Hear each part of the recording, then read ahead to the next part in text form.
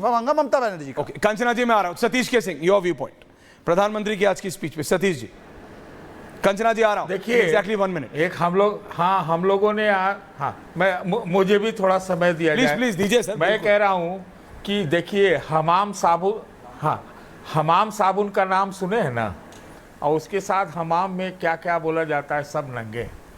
तो ये तो बिल्कुल इनकी कंपटीशन कराते रहिएगा तो कुछ निकलेगा नहीं। यही होगा, वो उसकी गिनाएंगे, उसकी गिनाएंगे। दरअसल जो ममता बनर्जी वाली बात है, बिल्कुल उनका इस्तीफा मांगा जाना चाहिए, एकदम बिल्कुल क्लियर है।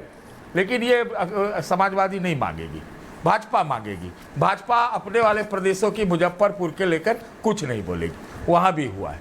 तो चलिए एक बात ये हुई। दूसरी बात, प्रधानमंत्री विकसित भारत की लगातार बात करते हैं, मुझे बहुत अच्छा लगता है जब वो बात करते हैं।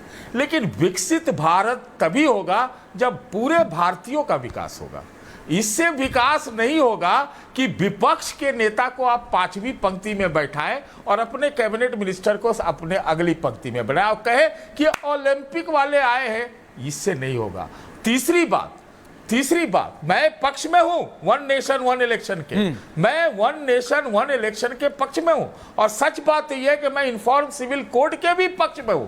लेकिन उसके लिए माहौल तो बनाना पड़ेगा। आप किसी को कब्जा मत कीजिए, किसी का दमन मत कीजिए और कहिए कि आपका उत्थान कर रहे हैं, इसलिए ये सब काम हो रहा है। अरे जब तक आइडियल सिचुएशन जैसी चीज नहीं बनती है तो चुनाव तो बार बार होने चाहिए, तब तक। अभिव्यक्ति की आजादी कुछ नहीं रहता है आदमी के पास, तो कम से कम आवाज रहती है। और एक और चीज सुन लीजिए, इन्फॉर्म सिविल को देखिए। बांग्लादेश का जो नया वाला आदमी बना है वो तो मंदिर हो आया। मैं इंतजार कर रहा हूं कि प्रधानमंत्री मोदी जी शहजाद साहब जहां जाते हैं वहां कब जाएंगे। आप थोड़ा और इंतजार करिए सतीश जी। लेकिन मुझे यह बताइए आनंद जी कि राहुल गांधी अगर पहली रो में बैठ जाते तो क्या भारत विकसित हो जाता? सतीश के सिंह जी का वो कॉन्सेप्ट मुझे समझ नहीं आया।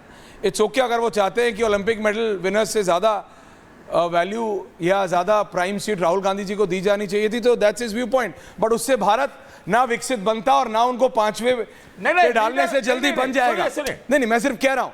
मैंने आपका पॉइंट सर, आप बोलना चाहते थे कि राहुल गांधी को राहुल गांधी का नाम ही नहीं ले रहा। आपने उसको कान घुमा। विपक्ष के नेता की बात कर रहा हूं। हर कोई सीनियर जर्नलिस्ट नहीं कहता है सर। आपको कान घुमा के पकड़ना बहुत अच्छा आता है, इसीलिए तो आप हम सबके सीनियर हैं, आप हम सबके गुरु हैं। बिकॉज यू एग्जैक्टली नो जो आपका व्यू पॉइंट है वो कैसे आपको रखना है घुमा के। अनंत विजय, देखिए मैं सच बोलूंगा। सतीश जी, सतीश सच बोलूं। अब बहुत बढ़िया है सर, सच सत्य में जयते हैं। हाँ अनंत विजय जी, अनंत मुझे रामकृपाल जी आ रहा हूं। भदौरिया जी को आपने 6 मिनट सेकंड का समय दिया।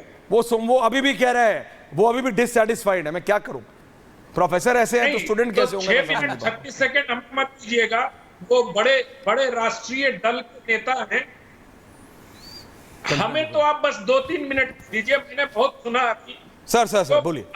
अभी जिस तरह से कहा गया, बिहार, एक तो बिहार में मुजफ्फरनगर नहीं मुजफ्फरपुर है। 3-4 चैनलों पे मैं मुजफ्फरनगर सुन रहा हूँ, तो मुजफ्फरपुर से ठीक है। क्या बोले? मुजफ्फरपुर में भी वो जो वारदात हुई है, बिल्कुल सर, दोनों बलात्कार में फर्क है। इसको एक साथ जोड़ना मुझे लगता है कि मामले को डिस्ट्रैक्ट करना था। कलकत्ता में जो हुआ है उसमें राज्य शासन की तरफ सबूत को छिपाने का दुष्कर्म किया गया है। उसका एक बार बलात्कार नहीं हुआ उस महिला का, उसके साथ बार बार बलात्कार हो रहा है। मैं सिर्फ ये कह रहा हूं कि आत्महत्या बताया गया पहले। किसने बताया उसके परिवार वालों को आत्महत्या? किसने बताया उसके परिवार वालों को कि आपकी बिटिया के दोनों पांव टूटे हुए, बिना पेट टूटे हुए ये संभव है क्या? कंचना जी को रखिए। बात कर रहे हैं आप लोग बलात्कार की, मेरा बलात्कार, तेरा बलात्कार। आपको मुजफ्फरनगर और वहां का बलात्कार याद आ रहा है। मैं कह रहा हूँ बलात्कार में सब जगह एक प्रकार का निर्णय होना चाहिए और सरकार को कार्रवाई ऑडियो को क्या हो रहा है? कर रहे हो वहां पर मीडिया आपके खिलाफ है और सारे बलात्कार के केस में कार्रवाई हो रही है। आप दोनों को एक साथ मत करिए। हाई कोर्ट ने कहा, हाई कोर्ट ने सीबीआई को जांच सौंपते हुए कहा कि राज्य सरकार पीड़ित के पक्ष में नहीं दिखाई दे रही है। ये तो सरकार की डूब मरने वाली बात है। मैं मानता हूं सर, लेकिन आप मेरी भी थोड़ी सुन लिया कीजिए कभी कभी। प्लीज आप कैमरा बुला लिया कीजिए।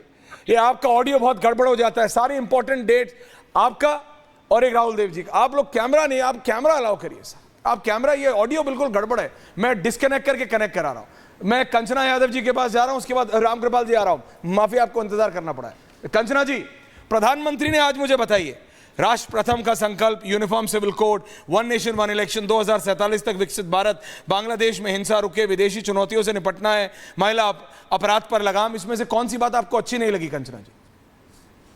सुनिए, अच्छी नहीं लगी, ये पहले से हमें पता होता है और पूरे देश को पता है कि प्रधानमंत्री नरेंद्र मोदी जी क्या बोलेंगे। वो कोई देश का संबोधन, वो चुनावी भाषण देते हैं। हाँ, मुजफ्फरपुर है, मुजफ्फरपुर बोल देने से, मुजफ्फरनगर नहीं बोल देने से जो घटना हुई है वो बदल नहीं जाती है। सर, मोतिहारी में भी हुआ है, पेरेंट्स के सामने बच्ची को उठा लिया, रेप किया, उसके बाद मर्डर किया।